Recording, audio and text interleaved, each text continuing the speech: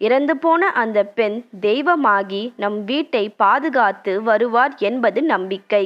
உதாரணமாக, நம் வீட்டில் எழும் சின்ன பிரச்சனைகள் கூட பெரிதாக எழாமல் அதனை அப்படியே சமரசமாக்கி கொண்டு வரும் சக்தி கன்னி தெய்வத்திற்கு உண்டு.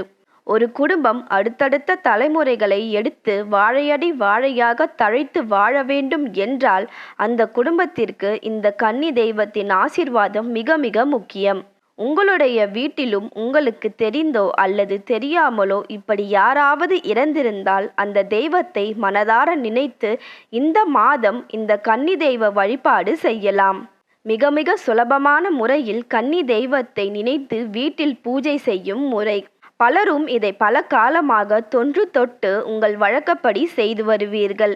அப்படி கன்னி தெய்வம் தெரிந்தவர்கள் வழிபடும் முறை. இந்த பூஜையை ஆடி மாதம் வரக்கூடிய ஞாயிற்றுக்கிழமைகளில் செய்யலாம்.